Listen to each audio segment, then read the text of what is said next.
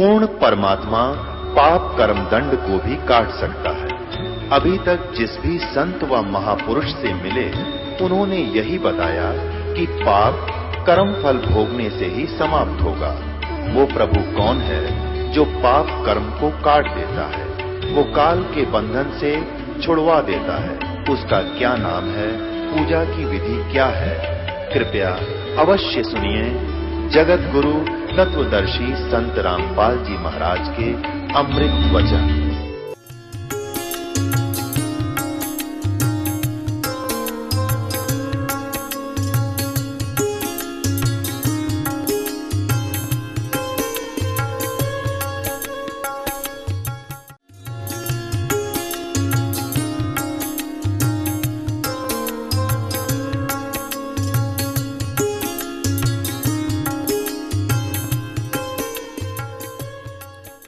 परमेश्वर की प्यारी आत्माओं से पुनर्निवेदन है।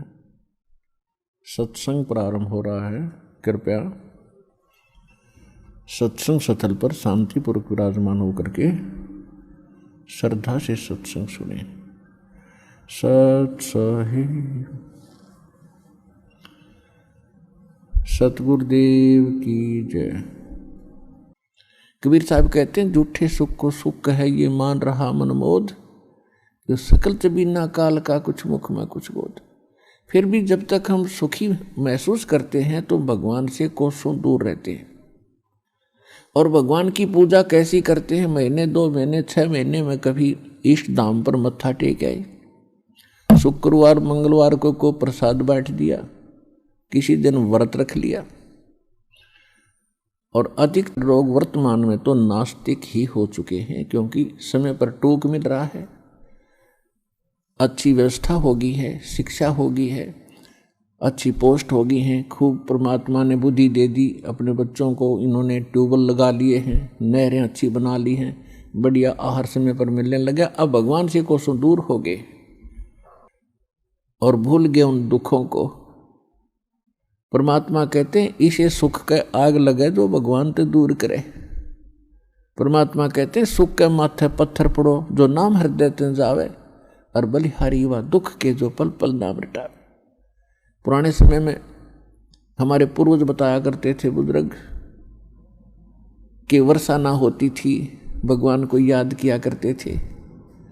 कोई भी दुख आता था भगवान को बैठकर याद करते थे, हमारी आपदाएं टला करती थी। और अब भगवान 100 कोस दूर हो गया। अब तो बिजली याद रहती है, बिजली ना ही ट्यूबवेल चलाऊं वो भगवान याद नहीं आता। तो परमात्मा कहते हैं, ऐसा सुख बाढ़ में पड़ो जिससे भगवान की भूल पड़े। तो सत्संग में आने से फिर हमें याद होता है कि भगवान की कितनी आवश्यकता है। तो सत्संग में आने से फिर सुखी भी भगवान की भक्ति करेंगे। यदि दुखी व्यक्ति भक्ति करते हैं तो सुख देता है परमात्मा, उसका गुण है। और यदि सुख में ही भक्ति करते रहें तो दुख ना हो।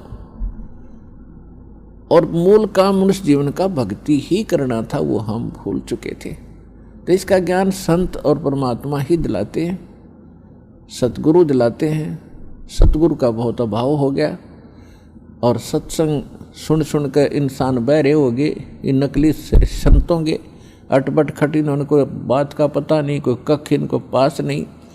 श्रद्धालु उनके ऊपर ड्योट होकर के समर्पित होकर के अपना जीवन नाश कर गए। इतना बिगाड़ दिया धार्मिक इस मार्ग को, अब सेट करना दास के लिए कितना कठिन हो रहा है। इतने टीवी चैनल चलते हैं, सब पर कोरी बकवाद घड़ी जाती है इन संतों के द्वारा, कख भी पता नहीं। और सब सुन कर बहरे हो लिए और उनको फाइनल मान चुके। तो इसका अब धीरे धीरे निवारण होगा इस संकट का। और सभी शिक्षित है, देख रहा दास के इतना विपरीत मार्ग है समाज के और पूर्व ज्ञान के, और उसके बाद भी कितनी सफलता मिली है, क्योंकि इसमें सत्यता घनी है और सत्य को कोई मिटा नहीं सकता। वो अपना स्थान बनाया करती है, लेकिन उसकी स्पीड स्लो होती है।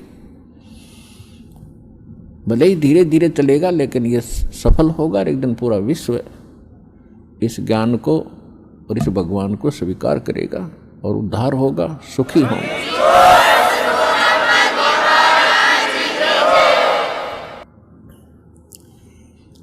तो प्रसंग चल रहा है कि जब ये भगवान के दरबार में पहुंच जाता है तब इसको सारी बात याद आती है।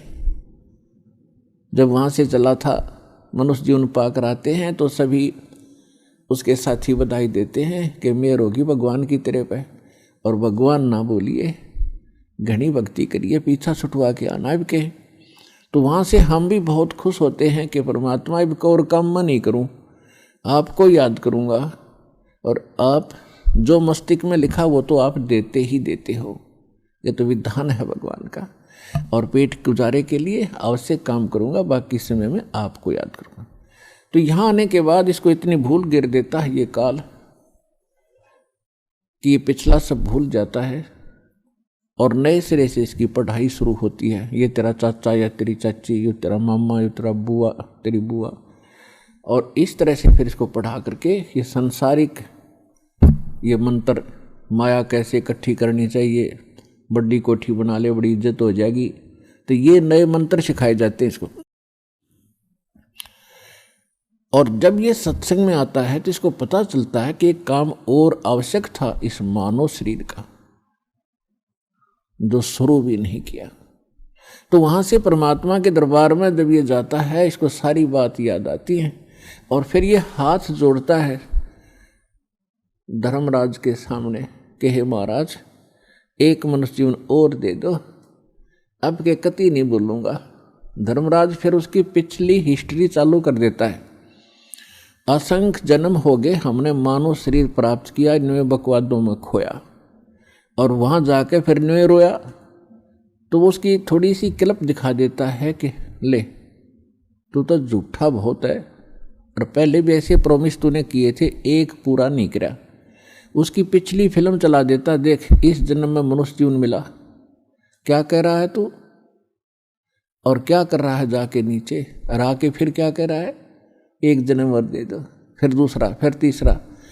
1 मिनट के अंदर उसको हजारों मनुष्य जन्म दिखा देता है कि गधे तू ऐसी बकवास करता है, यहाँ का तेरी समझ में आ जाती है, वहाँ तू सुनता नहीं, भाग यहाँ से। उसको गधे की योनि में ठोक दिया जाता है। तो पुण्यात्माओं, ये गॉड गिवन स्पिरिचुअल नॉलेज है। अब वो शंका भी समाप्त होगी है, कोई यूँ का किसने देखा है, भगवान ने बताया करके ये। और इसमें भी कोई यूँ कहे कि किसने देखा देखी जाएगी, तो वो तो नालायक आदमी, पत्थर है, इंसान नहीं, वो शैतान है। कहते हैं जब माँ के गर्भ में तू रो रहा था, परमात्मा ने तेरी पुकार सुनी और ठीक ठाक तेरा शरीर बाहर कर दिया, और बाहर आके अब तू भूल गया। कहते उस समर्थ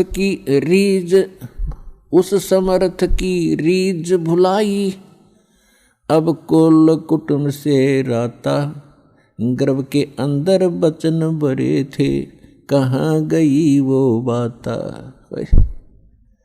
परमात्मा कितने प्यार से समझाना चाहते हैं कि भूल गए उन दिनों को। उस समर्थ की रीझ छुपाई, उस परमात्मा ने तेरे ऊपर रहम किया, खुश हुए, और तेरे को मनुष्य जीवन देकर माँ के गर्भ से संकट से बाहर निकाला। नहीं तो बहुत से बच्चे गर्भ में मर जाते, माँ भी मर जाती साथ में। उसकी मेहर से ही तुम ठीक ठाक यहाँ बाहर जन्म लेते हो। और आज भूल गया उन भगवान की उन बातों को कि गर्भ के अंदर वचन भरे थे, कहाँ गई वो बातें। तो पुण्यात्मा, दुख में सुमन सब करें, सुख में करे न कोई, और जय सुख में सुमन करे तो दुख का ही होए। तो सौभाग्य उन पुण्यात्माओं का जो यहाँ आए हैं, जिनके ऊपर कोई आपत्ति है। दास यहाँ देख रहा है कि 80% व्यक्ति भक्त श्रद्धालु केवल दुखी ही आए हैं।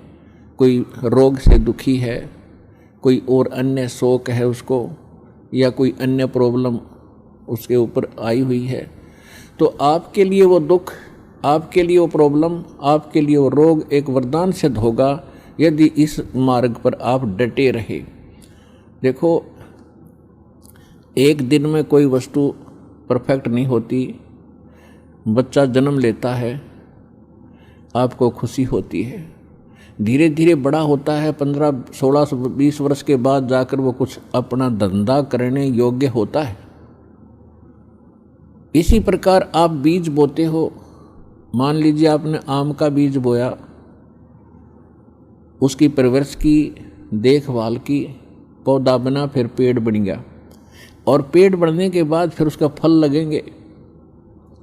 इतने फल लगेंगे कि लदपद हो जाएगा, आप भी खा लोगे, रिश्तेदार भी छक लेंगे। ठीक इसी प्रकार आज आपको, जिनको आज मंत्र मिला है, उन्होंने आज ये सत भक्ति रूपी पौधा आपने आज बीज बोया है इसका, और इसकी सिंचाई करना यानी भक्ति करना, दान धर्म करते रहना, मर्यादा रखना, इसकी बाड़ बनाना। बाड़ बनाने का मतलब है मर्यादा रखना, नियम भंग मत करना। धीरे धीरे रे मना, धीरे सब कुछ होए, माली सींचे सो घड़ा, समय आए फल होए। जैसे माली का मतलब है जो उस प्रोसेस से परिचित, उसका विद्वान है, बाग बगीचे लाने वाला, वो बीज बोता है और उसमें सैकड़ों पानी घड़े डालता है, वाटर पानी के, और धीरे धीरे वो बड़ा होता है। उसको मालूम है, उसको 100% ज्ञान है, वो पूरा उसके ऊपर विश्वास है उसको कि एक दिन ये पेड़ बनेगा। अगर मैं इसकी सुरक्षा ठीक रखूँगा, इसको रोग से बचा कर रखूँगा, और बड़ा होए पाछे फिर देखना मेरे वारे न्यारे कर देगा। तो ठीक इसी प्रकार ये राम नाम का आज ये सच्चा बीज बोया है। आज तक तो आपको आम का नाम लेकर बबूल का बीज बुआ रखा था, और उस बबूल यानी किक्कर की डंडी की आप खूब सेवा भी कर रहे थे। तो बबूल कहता बबूला लगेंगे, आम नहीं लग सकते। भक्ति भी करते थे, ऋषि महर्षि भक्ति खूब करी, जीवन गाल दिए, अब राज भी त्याग के भगवान के लिए जंगल में जा बैठे। लेकिन वो आम का पेड़ ना होने से, आम का बीज ना बोने से बबूल का बीज बो लिया, उनमें सिद्धियाँ आ गई। आन उपासना करते रहे, पूर्ण परमात्मा की भक्ति ना करके काल भगवान ब्रह्म या ब्रह्मा विष्णु महेश तक की भक्ति करके उन्होंने बबूल का बीज बो के बबूल ही प्राप्त किया। उदाहरण के लिए हिरण्यकशिपु ने ब्रह्मा जी की साधना करके बबूल का पेड़ बोया, और क्या मिला उसको? सिद्धियां आ गई।